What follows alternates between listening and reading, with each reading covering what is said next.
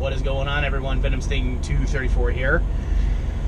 Alright, I want to do a little bit of a video here to talk to you new drivers about how to survive out here in the really hot conditions. And trust me, I'm in Rio Roco, Arizona, which is like 14 miles off the border of Mexico.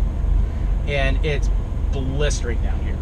So I think I'll go over how to survive the winter as soon as that season comes back. But what I want to go at right now is how to survive in this hot conditions. Number one, the most important thing to have in the truck, well, one of them would be sports drinks. Sports drinks are going to be your bread and butter. One of them at least. Sorry.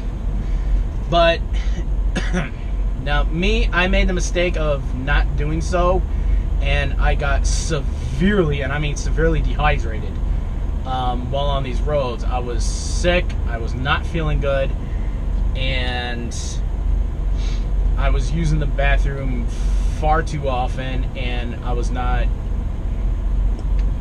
doing too good. So after I chugged a bottle of one of those, I felt perfectly fine. And that's the key thing, is always have some Gatorade, Powerade,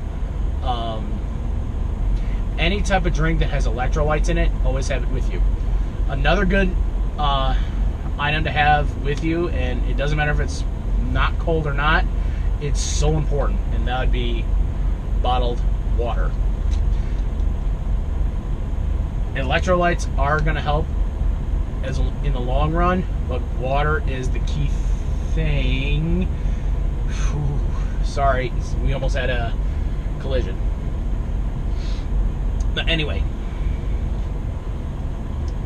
water is going to be another key thing to have with you at all times. You need to stay hydrated out in these hot conditions. Whereas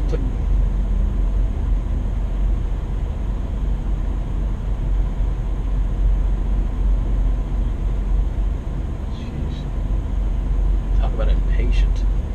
Sorry, I just see one driver just darting around like he's got a hot date or something.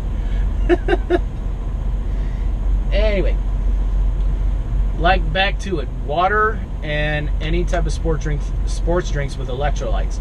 Now, if you want to get more fancy with the water, I would go with coconut water. Yes, it is a little bit more expensive, but the natural electrolytes that are in the coconut water will hydrate you a little bit better than plain water. But I would use it only if I really needed to. Other good tips to have out here in these hot conditions is always make sure that your truck's AC is working. Right now, mine is running perfectly fine. It's at least 89 to almost 90 degrees out here, but it's a very dry heat, which makes it feel even worse. And there's no cloud coverage, which makes shade very sparse. And that's another key point, is if you're out here outside of your truck, find shade. If not, try to have light colored clothing. Try to avoid dark colors like black. Black absorbs a lot of heat, and it will overheat you relatively quickly, like I made a mistake doing. But I think I pretty much covered. Oh, make sure you are also well fed, and try to stay away from sodas and other drinks that have sugar in it.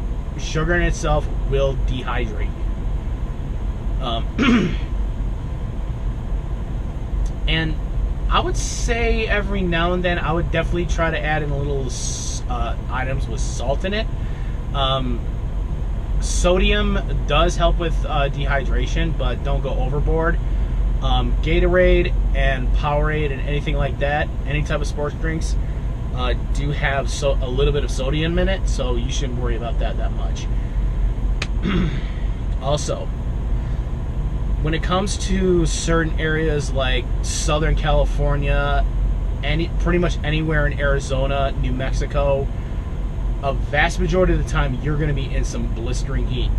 Right now I'm going to Oklahoma. I don't know if it's in the center of Oklahoma, more specifically Oklahoma City.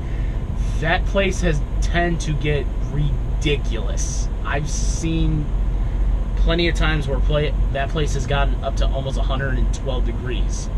So if you are going to in a heated area, in any type of environment like that, be prepared. Like I said, be prepared. Have light clothing. Have light-colored clothing. Have clothing that's able to breathe. Carry plenty of water. Carry plenty of sports drinks. Carry plenty of pretty much anything that you need to stay hydrated and cool. Make sure that your AC is working.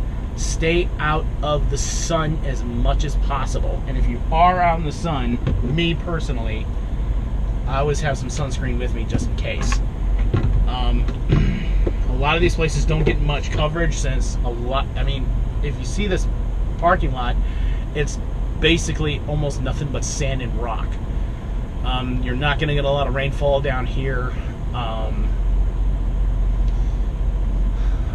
And if you're in like certain areas where it doesn't really get that hot that often, I would still have that stuff with you. So that's really all I've got. So new guys, always be prepared for these kind of situations to happen. And if you're a smoker or a vapor like myself, which I might as well take a quick puff right now.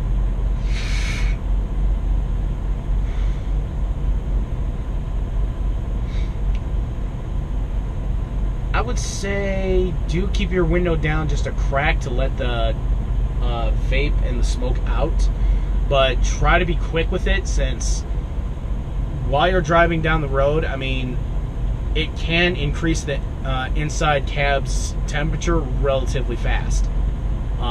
You want to make sure that the inside temperature is, I would say, at least 75 to mid to low 70s. That's where you want the inside of your cab to be and to stay, to keep yourself properly cooled. I have heard plenty of horror stories of drivers who had their AC broken and their company dragged their butts on repairing it, and a vast majority of these times these ACs are a lifeline, because the inside of these cabs can get really hot really quick. But that's basically all I got. Be sure to like, subscribe, favorite, share. Be sure to follow me on Twitter at VenomSting234, and on Instagram the same thing, VenomSting234, and I'll catch you guys later.